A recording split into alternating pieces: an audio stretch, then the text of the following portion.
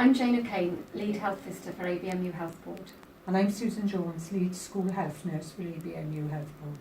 We would like you to look at our short film because not all of our children in the ABMU areas are protected against measles, mumps and rubella. Hello, my name is Paul Roberts and I'm the Chief Executive of Abertawe Bremelgannwg University Health Board.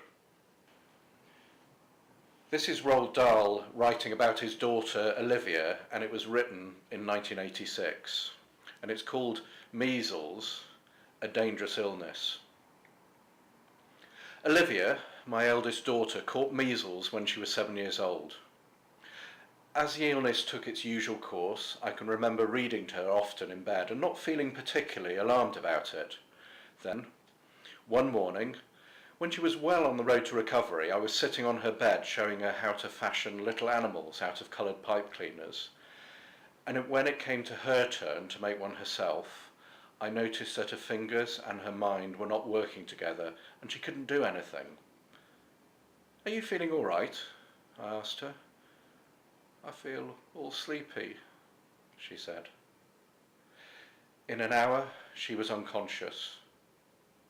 In 12 hours, she was dead. The measles had turned into a terrible thing called measles encephalitis, and there was nothing the doctors could do to save her.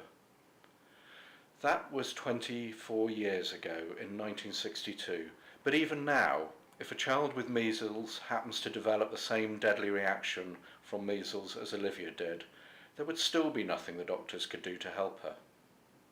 On the other hand, there is today something that parents can do to make sure this sort of tragedy does not happen to a child of theirs. They can insist that their child is immunised against measles.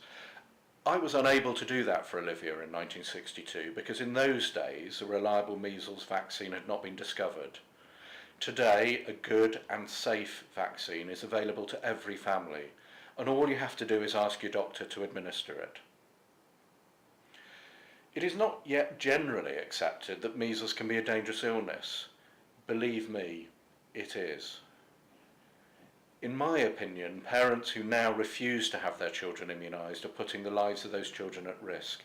In America, where measles immunisation is compulsory, measles, like smallpox, has been virtually wiped out. Here in Britain, because so many parents refuse, either out of obstinacy or ignorance or fear, to allow their children to be immunised, we still have 100,000 cases of measles every year. Out of those, more than 10,000 will suffer side effects of one kind or another. At least 10,000 will develop ear or chest infections, and about 20 will die. Incidentally, I dedicated 2 of my books to Olivia. The first was James and the Giant Peach. That was when she was still alive. The second was the BFG, dedicated to her memory after she had died from measles.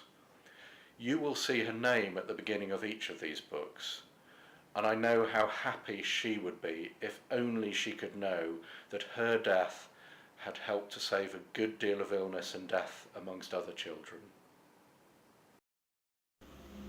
We've got vaccine now that protects your child from measles, mumps and rubella and protects your family from having to go through this heartache. It wasn't available for Olivia. Despite this, over the summer months we have a number of children locally who contracted measles and been really poorly. Please, Please, protect your child. Make sure they've had 2 MMRs.